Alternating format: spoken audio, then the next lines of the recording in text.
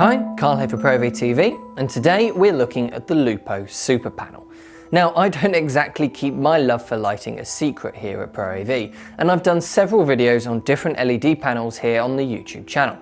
Mainly on the lights which I use myself here in the showroom, the Lishuai Edge range of soft lights, which are fantastic lights. But the most important thing about lighting is that there is no one light for every situation. Different subjects and different jobs are going to need different approaches. The Lishuai Edge range are soft lights, which means that they trade some brightness for a nice soft even light output. If you compare them to an average LED panel, they will normally be not quite as bright. So what about if you want to tip the scale the other way? What if you don't need that soft light output, you want a hard light and you want lots of it? Well, this is where the Lupo Superpanel comes in, because this light is very, very bright. To give you a quick idea of just how bright it is, this video so far has been shot with a Lishuai Edge 1380 at full brightness as my key light right here. And now I've swapped out the key light for the Lupo Superpanel. It's so bright I can hardly look at the camera and I should be pretty overexposed right now. So that should give you a good impression of just how bright the Superpanel is. But let's make it a bit more scientific.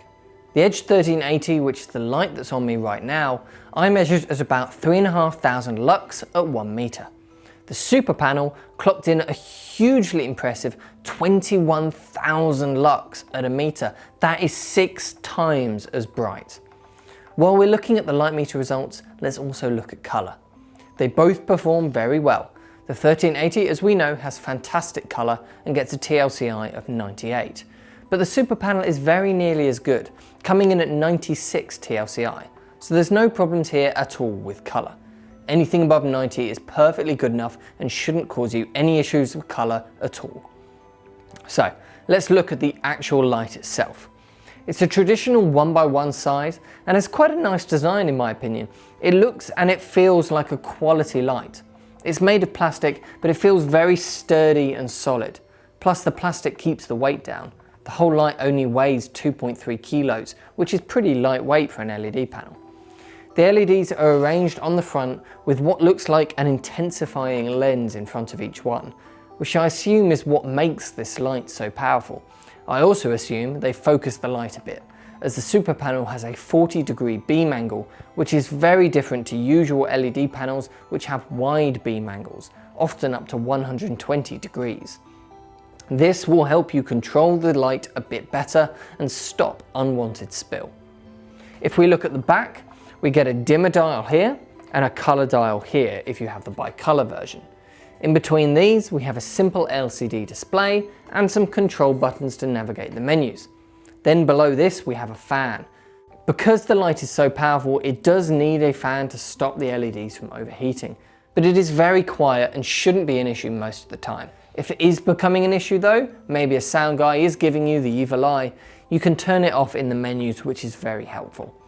It does mean though that when you turn off the fan, the light won't let you get any brighter than 50%, otherwise you would damage your light. Underneath the fan is where the power happens.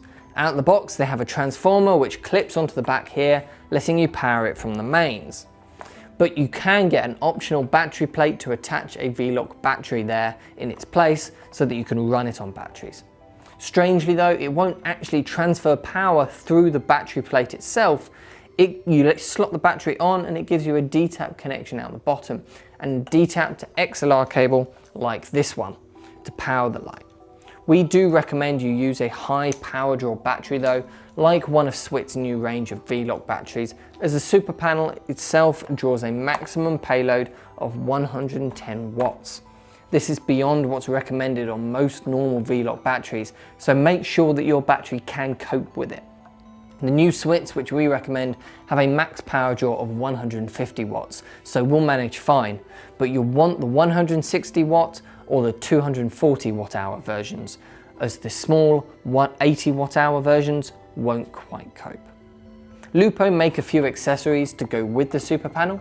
There's a bag, which is nice, some barn doors, a simple diffuser, and the battery plate which I previously mentioned.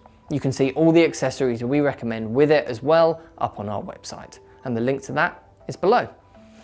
Overall, I think that the Lupo is a very versatile panel. This is the brightest LED panel which we've seen on the market so far, which gives you the option to bounce it off the ceiling, or through some heavy diffusion to soften it up, or to blast through a window maybe. Basically, this will be very useful for any situation where you can't be right next to your subject, or if you need to light a larger area. There are just so many reasons why you might need a brighter source, and if you do, I think the Lupo Superpanel is a solid choice. For more information, take a look on the website, follow the link down in the description below, and make sure to like the video and subscribe to the YouTube channel as it does help. Thanks for watching, and I'll see you in the next video.